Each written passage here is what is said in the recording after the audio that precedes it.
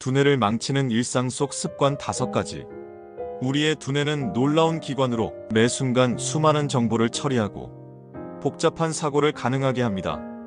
그러나 현대 사회에서 우리가 무심코 행하는 여러 습관들이 이런 놀라운 두뇌의 기능을 서서히 약화시키고 있습니다. 때로는 생산성을 높이거나 편리함을 추구한다는 명목하에 우리는 두뇌 건강에 해로운 습관들을 일상에 끌어들이고 있으며, 이러한 습관들은 단기적으로는 눈에 띄지 않을지 몰라도 장기적으로는 인지 기능과 두뇌 건강에 상당한 악영향을 미칠 수 있습니다. 뇌는 우리 신체의 다른 부분과 마찬가지로 관리와 보호가 필요한 소중한 자산입니다. 이 글에서는 일상 속에서 흔히 행해지지만 두뇌 건강을 해치는 5가지 주요 습관에 대해 자세히 알아보고 이를 개선할 수 있는 방법을 함께 고민해 보겠습니다. 여기서 잠시만요. 여러분의 구독과 좋아요는 큰 힘이 됩니다. 소중한 응원 부탁드려요. 첫째, 수면 부족은 두뇌 건강을 해치는 가장 흔하고도 심각한 습관입니다. 현대 사회에서 많은 사람들이 시간이 부족하다는 이유로 수면 시간을 줄이는 경향이 있습니다. 특히 야근 문화, 스마트폰 사용, 스트리밍 서비스의 보급으로 인해 넷플릭스 정주행과 같은 행동이 일상화되면서 수면 부족은 더욱 심화되고 있습니다. 그러나 수면은 단순한 휴식의 시간이 아니라 뇌가 하루 동안의 정보를 처리하고 기억을 통합하며 독소를 제거하는 필수적인 과정입니다. 수면 중에는 뇌세포 사이의 공간이 확장되어 하루 동안 축적된 독소가 제거되는 글림프 시스템이 활성화됩니다. 또한 장기 기억 형성에 중요한 해마 부위의 활동이 증가하여 학습한 내용을 공고히 합니다. 수면이 부족하면 이러한 과정이 제대로 이루어지지 않아 기억력 저하, 집중력 감소, 의사결정 능력 약화 등의 인지 기능 저하가 나타납니다. 실제로 연구에 따르면 하루 6시간 이하의 수면이 일주일 이상 지속되면 48시간 동안 완전히 잠을 자지 않은 것과 비슷한 인지 능력 저하가 발생한다고 합니다. 장기적인 수면 부족은 알츠하이머병과 같은 퇴행성 뇌 질환의 위험도 증가시킵니다. 충분한 수면을 확보하기 위해서는 규칙적인 수면 스케줄을 유지하고 취침 전 전자기기 사용을 제한하며 카페인과 알코올 섭취를 줄이는 것이 좋습니다. 또한 침실 환경을 시원하고 어둡게 유지하고 취침 전 이완을 돕는 활동, 독서, 명상, 가벼운 스트레칭 등을 포함한 취침 루틴을 개발하는 것이 도움이 됩니다. 수면의 질과 양을 개선하는 것은 두뇌 건강을 위한 가장 기본적이면서도 효과적인 방법입니다. 둘째, 멀티태스킹은 효율성을 높이는 것처럼 보이지만 실제로는 두뇌 기능을 저하시키는 습관입니다. 현대 사회에서는 동시에 여러 일을 처리하는 능력이 마치 특별한 재능인 것처럼 여겨지며 많은 직장인들이 멀티태스커로서의 자신을 자랑스럽게 여깁니다. 이메일을 확인하면서 회의에 참석하고 TV를 보면서 업무 보고서를 작성하는 등의 행동이 일상적으로 일어납니다. 그러나 뇌과학적으로 볼 때 인간의 뇌는 실제로 멀티태스킹을 하지 않습니다. 대신 태스크 스위칭이라는 과정을 통해 여러 작업 사이를 빠르게 전환하는 것입니다. 이러한 빠른 전환은 뇌에 상당한 인지적 부담을 주며 매번 전환할 때마다 두뇌는 재초점화의 과정을 거쳐야 합니다. 이 과정에서 시간과 에너지가 소모되며 결과적으로 각 작업의 품질과 효율성이 저하됩니다. 스탠포드 대학의 연구에 따르면 멀티태스킹을 자주 하는 사람들은 단일 작업에 집중하는 능력이 떨어지고 관련 없는 정보를 걸러내는 데 어려움을 겪으며 작업 전환 시 더 많은 시간이 소요된다고 합니다. 또한 지속적인 멀티태스킹은 전두엽 피질의 밀도를 감소시키고 집중력과 감정 조절에 관여하는 전전두피질의 기능을 저하시킬 수 있습니다. 이를 개선하기 위해서는 단일 작업 집중을 연습하는 것이 중요합니다. 한 번에 한 가지 일에만 집중하고 시간 블록 25분 집중, 5분 휴식을 설정하여 집중력을 관리하며 작업 환경에서 불필요한 알림과 방해 요소를 제거하는 것이 도움이 됩니다. 또한 일상적인 활동, 식사, 산책에서도 온전히 그 순간에 집중하는 마음 챙김 연습은 두뇌의 집중력을 강화하는 좋은 방법입니다. 셋째, 설탕 과다 섭취는 인지 기능을 저하시키는 식습관입니다. 현대 식품 산업에서 설탕은 거의 모든 가공식품에 포함되어 있어 우리가 인식하는 것보다 훨씬 많은 양의 설탕을 섭취하고 있습니다.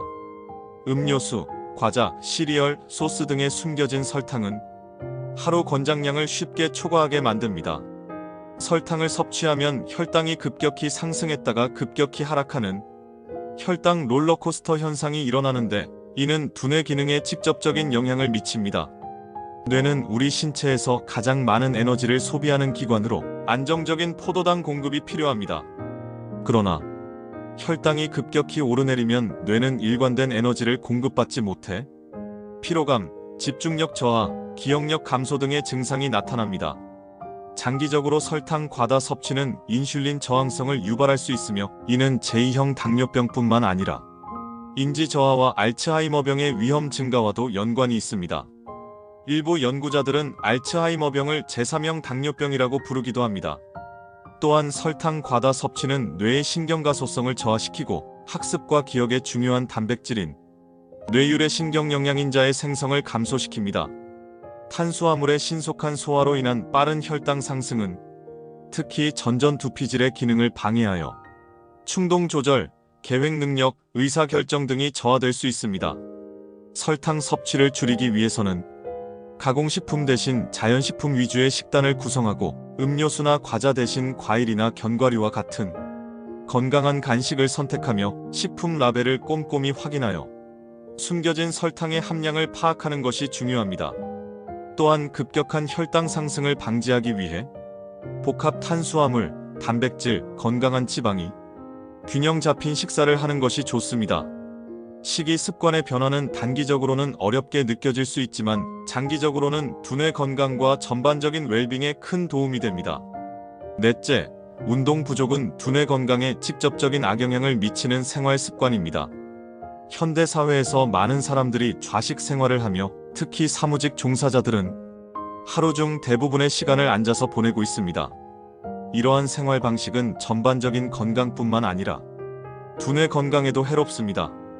운동은 단순히 근육과 심혈관 건강을 위한 것이 아니라 두뇌 건강의 필수 요소입니다.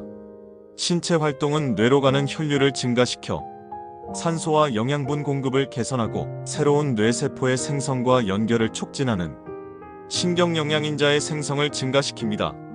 정기적인 운동은 해마의 크기를 증가시켜 기억력과 학습 능력을 향상시키며 스트레스 호르몬인 코르티솔의 수치를 감소시켜 정신 건강에도 긍정적인 영향을 미칩니다. 여러 연구에 따르면 규칙적인 유산소 운동은 인지 기능 저하를 예방하고 알츠하이머병과 같은 퇴행성 뇌질환의 위험을 감소시키는 것으로 나타났습니다.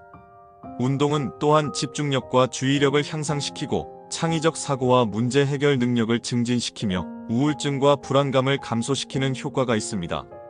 규칙적인 운동 습관을 기르기 위해서는 자신이 즐길 수 있는 운동을 선택하고 일상 속에서 신체 활동을 늘리는 작은 변화, 계단 이용하기, 짧은 거리는 걷기, 스탠딩 데스크 사용 등을 시도하며 운동 파트너나 그룹 활동에 참여하여 동기부여를 높이는 것이 좋습니다.